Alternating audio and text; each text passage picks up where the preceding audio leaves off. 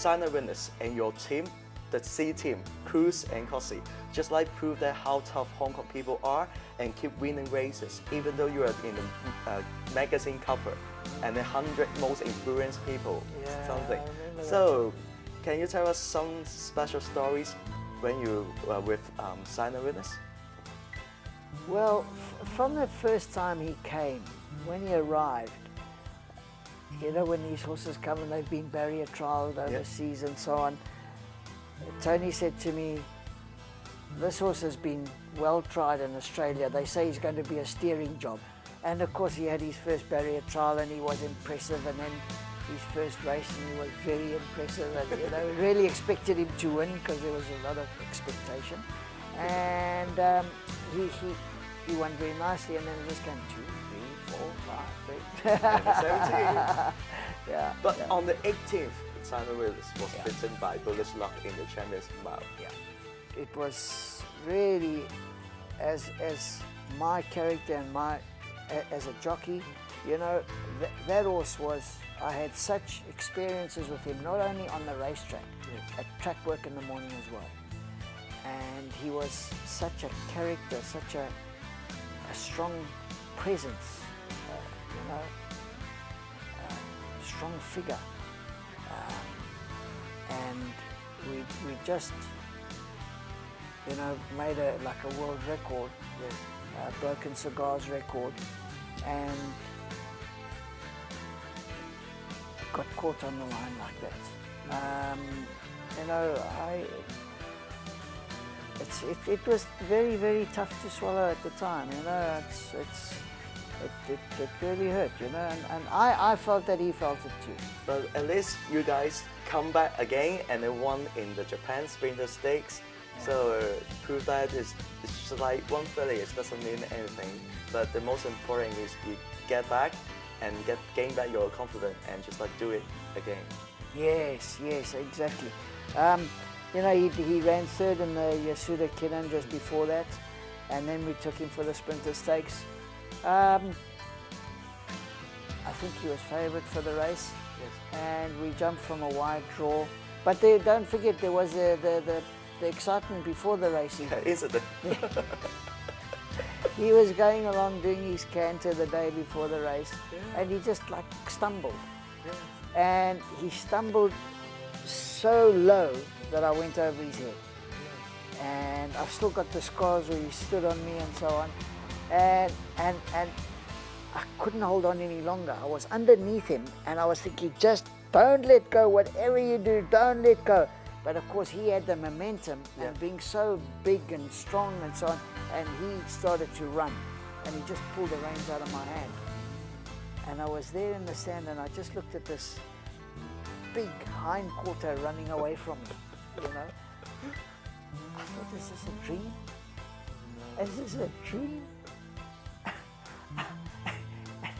And then I saw them, you know, run on the track and try and stop him, and he ran right around. So now I was running back to Tony, you know, and thinking how mad these people are going to be with me. And the next thing I hear this noise behind me, and I turn around, and here Silent Witness has come a complete lap, and he's galloping flat out at his top, and he's on the rail. And I think, let me try and stop him. And I stand sort of in front of him and I'm going like this, but horses get like that. Once they get into that mode, just run, almost, and they won't take notice of anything. If I'd stood there, he would have run over me. Yes. So I had to step out the way and he just went flat out past me. And then at the winning place, they pulled a long plastic tape over that track. I said, please just stop. And fortunately he stopped. Yeah. So now I'm still running back and I'm thinking, is he okay? Has he cut himself? Has he done this or that? You know, is he able to run tomorrow? And you're thinking, this is just not possible. Yes. Anyway, he was standing there and Tony was there, and one of the stewards of the course came up to Tony and said, Mr. Cruz, do you think this horse can run tomorrow? And Tony, without a seconds hesitation. Said, of course he'll run. And you know what? When he said it like that, I think all of us standing around him just had a feeling of confidence.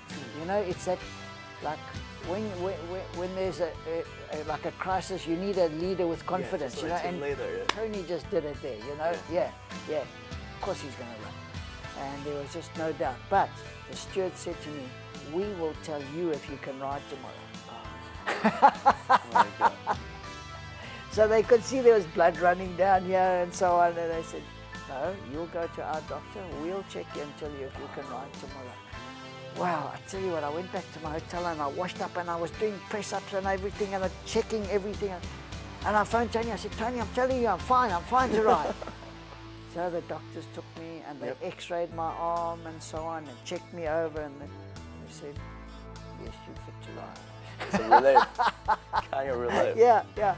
But I mean, that's the way it happens in Japan. You know, they're very strict with their rules. Yes, exactly. And tell you exactly how things are going to be. Yeah. They are the boss. They're the boss.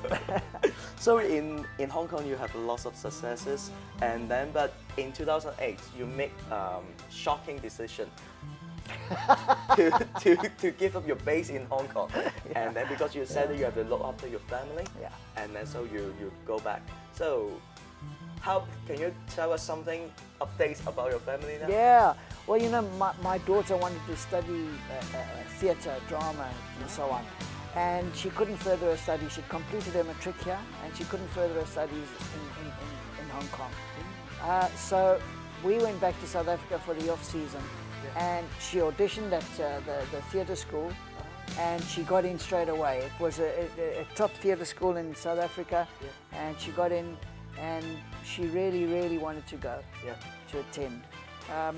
And of course my wife had to support her there, and well, then my son had to stay as well. I couldn't just bring him back on my own, and I wanted to continue in Hong Kong, but you know, how was I going to balance this? So we chatted about it, and I said I'm going to try and continue. And I came back here and spent about 6 months on my own. But you know the situation, everybody knows the situation in South Africa. It's, you know, not quite so easy when you've got 2 young kids. So eventually then I thought that it possibly would be the best thing for me to go back. But in the back of my mind, always hoping to come back to Hong Kong. So in 2014, after you did the hip operation, you decided to retire. So I think it's the toughest decision in your life, because in your life you just want to ride, and even just like if you're injured, so you still want to perform the best. So when you make this decision, how do you feel? Well, you know, first of all, as a jockey, I don't think too many of us jockeys know when we're going to retire. You know, when you're doing well, when you're fit, when you're healthy, you think you're going to go on forever. And I could never get a time in my mind as to when I would stop. I was still very competitive in South Africa. I think I was in the top 3, and I was traveling around a lot. And still enjoying it, you know. I was getting some very nice opportunities. I was riding in feature races, so it was good. But it was quite funny, I went to the airport one day and I started to get a pain in my hip. I was sitting in the lounge waiting for my flight, and it started to get worse and worse and worse, and the next thing I was just about lying down on the couch with the pain. So I thought, well, when I get to my destination, you know, at the race course, I'll get an injection or something, and then I'll give you an anti-inflammatory injection, and I'll continue riding, which is what I did. And I was still in a bit of pain, but the pain just got worse and worse during the day. And I kept on saying to myself, where's your limit? You know, because sometimes you think, I'm feeling sore, maybe I should stop riding. No, I can still control the horse, I can still ride. You know, is this actually stopping me riding correctly? I can push through this. and race after race, it was getting a bit worse and a bit worse. And I kept on saying to myself, where's your limit? Where is your limit? When do you really have to stop? And I remember sitting in the starting gates with a pain in one particular race and like breathing and focusing on my breathing, and that the throbbing was just going like this. And I jumped out in that race, and it was in a very tight track, and I was in a bunch of horses, and I thought, I'm not actually in control because I'm taking my weight off this leg and I'm not controlling this horse, and I thought, this is the limit. So after that I said, all right, can I please get off? And I went to the hospital that night, and they gave me all sorts of stuff, and it didn't take the pain away, and then did the scans and so on, and then they detected a lot of degeneration and a problem in my hip. So then had to do the operation, and the recovery took quite a while, but they recommend to you, you know, look, technically you can ride, yes, but we can't guarantee what happens if you fall off. And the doctor says to me, and you guys do fall off. Yeah, and that is what it actually created the whole thing. After that, I still tried to come back and ride, and then I had a fall, and it was like, well, that was the last straw that broke the camel's back, you know. The fall on top of that degeneration just like ruined everything. So they recommend it's best not to ride, because they can't say what will happen if, yes, you know, if I fall on this. After you announced that your retirement, you joined as a mentor in the SAJA? Yeah. Yeah, so I think it's the base that you come to Hong Kong as a consultant. I think something that the Durban Academy taught me was about conveying the message. You know, we know what we know. The thing is, why I believe in myself in this role is, you know, I grew up from this height around a racing stable, around racing, and I've watched jockeys, you know, it was all I wanted to do was be a jockey. So I've watched jockeys, I've stared, I've gazed at guys, you know, just awestruck about these people. And I've seen men grow up through their apprenticeship and then their careers. So I've watched people with their attitudes, with their ways, the way they conduct themselves. And that's all, I've absorbed all of that sort of stuff.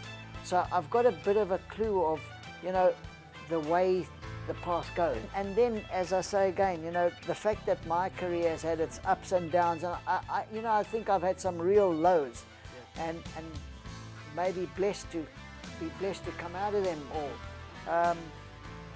And I think that served me to try and encourage people as well. I'm sure that they will perform well under your guidance and also the instructions from Amy.